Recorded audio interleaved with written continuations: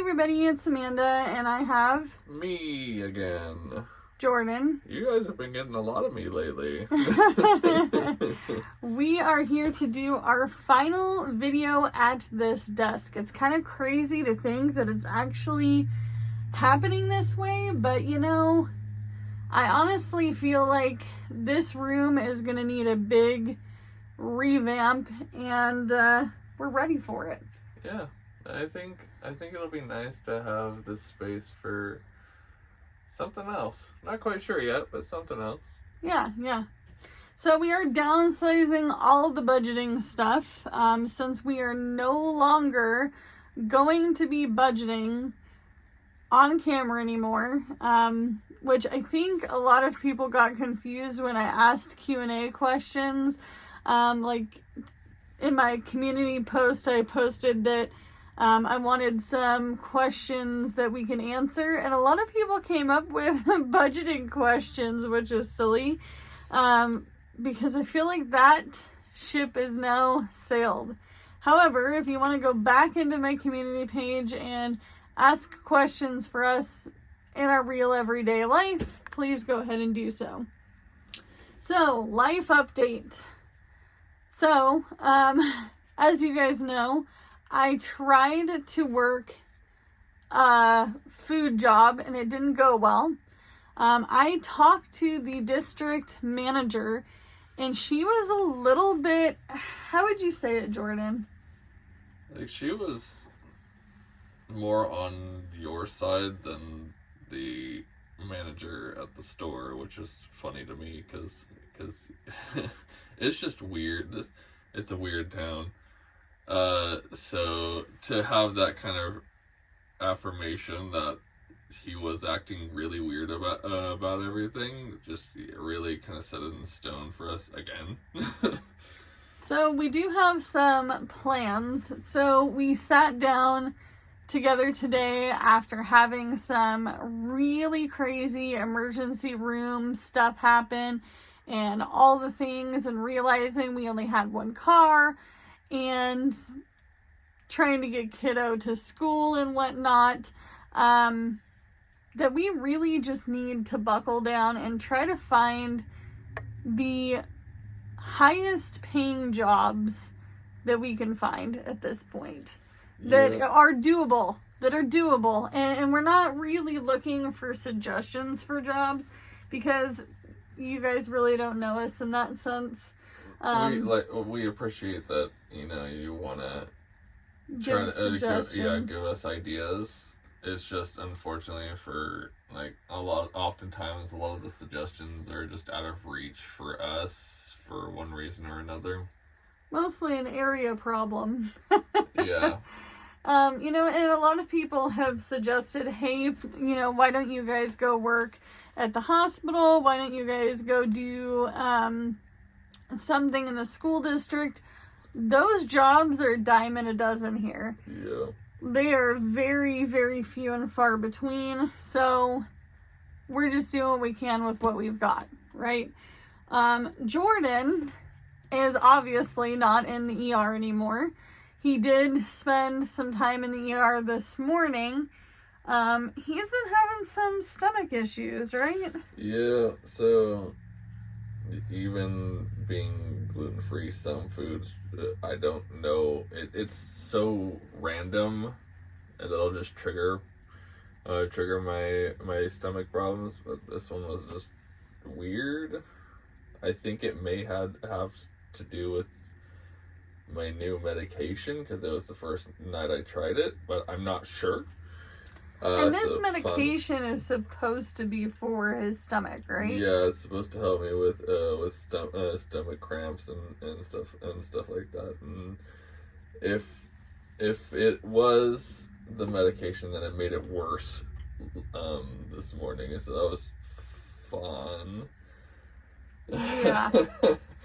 So early this morning, he got up and he was in excruciating pain, and he was like hyperventilating because I couldn't take full breaths. I could only take half breaths, and that was so much fun. But not really at all. It was crap. So we basically just wanted to update you guys there. He is okay. We don't exactly know what to do with the stomach issues. They gave me painkillers to get through it. That's like how bad it was. There's not like all my labs came back normal, so yeah, we just don't know what it was that caused such severe pain. But However, he is kind of on a couple-day vacation from regular, everyday, like foods. Like now I'm going to soups. He's doing some soups, some light soups. He's going to do some jellos. If you guys have stomach problems, if any of you guys have like celiac, GERD, acid reflux, anything like that, IBS, what do you guys do when you're having a flare-up? Any suggestions on simple foods that are cheap and easy would be great too. So in case if I do end up going through this again, because I'm just assuming it won't be the last time, because my luck. We don't have really good luck here. Life is not betting on luck over in this direction, in this household. If you could leave me like a simple recipe or a link to something that you've eaten that was super really lightweight, right now we're making a vegetable soup with primarily. Yeah, it's got chicken. We added chicken to give it some kind of protein. Otherwise, I'll probably just eat the entire crock pot of it in one day. They did suggest lean meats, so we already eat lean meats anyway. We don't do a lot of bacon. We don't do a lot of sausage. We don't do a lot of greasy foods. We don't do a lot of fried foods either because not often. We home cook everything, and we just don't have the ability to eat that way. Either of us. Okay, so just remember he is gluten free. So and mostly dairy free to a point. He can have cheese. I can have a little bit. It's just really heavy creams and milk and stuff like that that are the main triggers. But yeah, if there's a little bit in it, then it's gonna be a non-issue. Or if we can replace it with almond milk or oat milk, something like that, and it would taste decent with that in there. Yeah. So any suggestions would be amazing. You guys leave us comments and links down below. That would be very much so appreciated. Yeah, you guys have been awesome with helping me give me ideas so far and being in my corner, so I do appreciate that because it's rough. It's a massive lifestyle change for me, and it's never easy because you grow up loving certain foods, and now they're all locked away from you, and just looking at them from the other end of the glass, and just I want some of that. I want pizza. I asked him the other day. I said, Jordan, if you could eat anything that had gluten in it, what would the first thing be? What did you say? It would be real people pizza.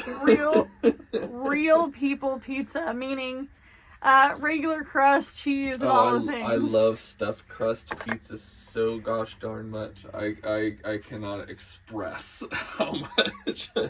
Well, and we are on the end of the tailing days of the month. Yeah. So we don't have any EBT food stamps, and we don't have a lot of options for food banks right now. So we're kind of just eating what we can. Yeah. However, mobile home park update. This is gonna blow your mind. They're turning it into a zoo. No, they're not. Dang it. I feel like we're in a zoo. I mean, wait a minute. No, wait a minute. I'm the main attraction, so kind of is. Wait a minute. Are you saying that this is a clown show? No, that'd be a circus. So then again, this town is basically a freaking circus, so yes. Yes. So not a lot of. if you live in a small town, you will understand the limitations. The limitations of tiny towns. This town... Like, there's a lot of positives when it comes to small towns, but when it's... This one particularly. When you're... But the downside to small towns is when you're hurting, you're really hurting. Because oftentimes they don't have the economy building very well, because a lot of people are just passing through, and being a small town is like there's not a lot going on, so businesses don't really thrive here, so the economy is kind of lesser, and so oftentimes there's not a lot of help in these smaller environments. Well, the thing I've noticed about this particular town, you guys, is that this town is full of manufactured home parks. Yeah. Like, I didn't even realize how many there was. I can count more than both hands in manufactured home parks that are old, like ours, very old. I found out the newest manufactured home in this park is in 1972, and the oldest in this park is actually in 1958. I thought we were the oldest mobile home in this park. We're not. We're not. Holy crap. That's actually shocking with the state that this one's in.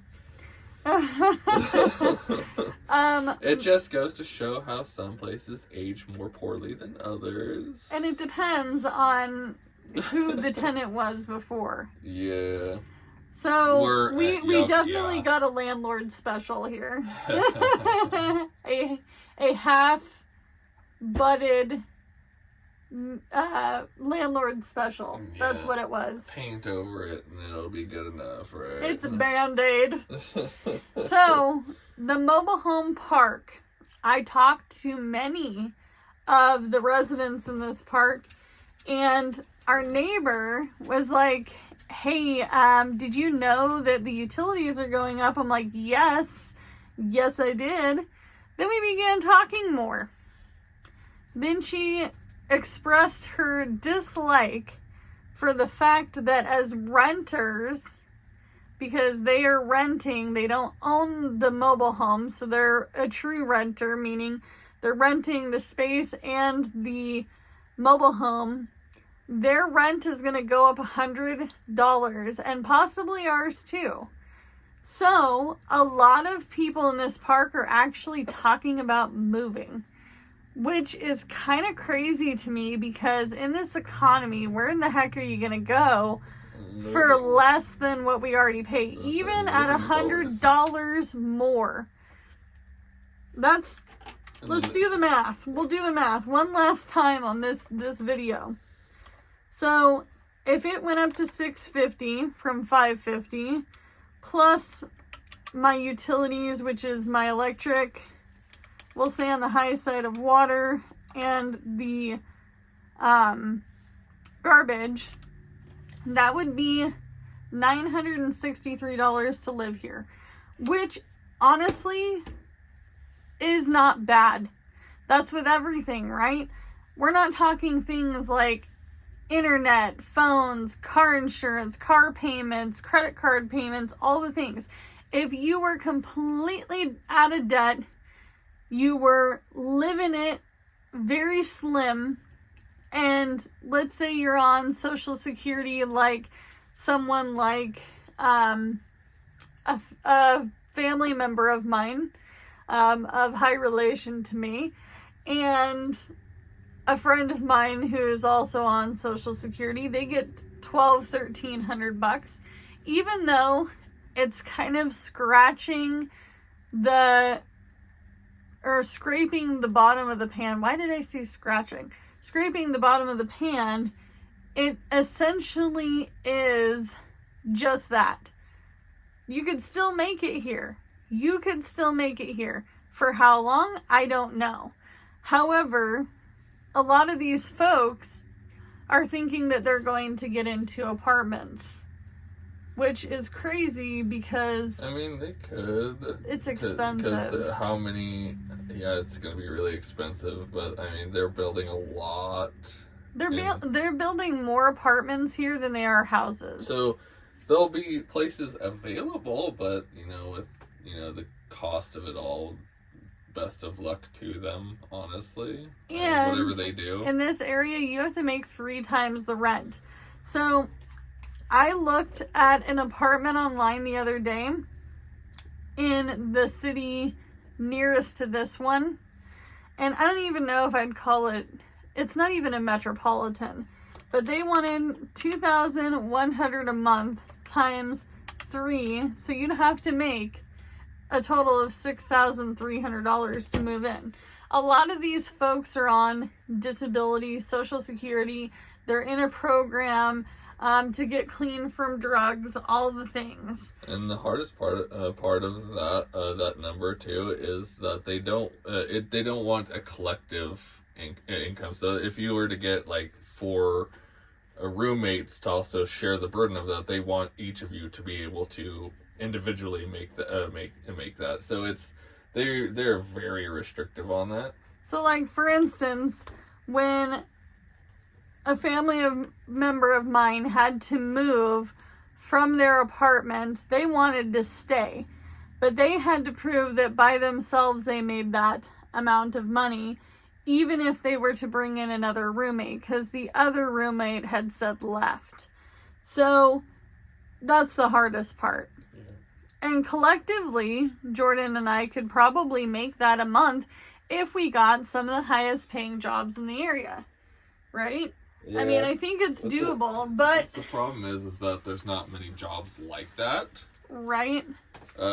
Even in if we were to go to the biggest city in our area, it will the jobs don't open up very often because people who are in those jobs tend to stay in those jobs. They're lifers. They're the ones that stay 25 to 35 years. Yeah. And then those are the same people that judge everyone else harshly for not having jobs like they do, except for there's not many jobs like they have. And then anyone else that does usually are outsourced for work, and no one's giving us any straight answer on how to find our way into who, what, when. Yeah. All the things. I will say some of you guys have suggested some of these at-home jobs, but a lot of you guys live in areas in which binds you to that area. So, for instance, a lot of these at-home jobs do not want to follow Oregon state regulations for employment. So, I want you guys who are going to suggest at-home jobs, I want you to go and start filling out the application. You don't have to submit it, but just go fill it out. And they list states on there in which they don't want you to work in, because the regulations for Oregon for employment and our rights as employees are actually very, very stiff rules. Yeah. Which is pretty crap, but it is what it is. I will work at home. I will do it. Right?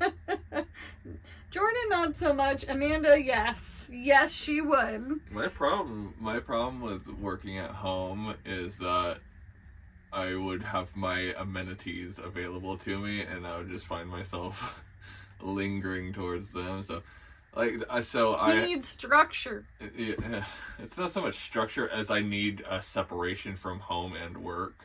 True. I don't. I work all the time, folks. All the time. I'm like, I'm used to this. Yeah. We're in work mode at least 20 hours of the 24 hours of the There are people day. There are people who will have an office or whatever and refuse to take work out of their office, which I've tried to get her to do, but she takes her all this stuff. This is just a small fraction of the crap that she has for her stuff. It's all over the house, and it's It's Hey, I'm working on projects now.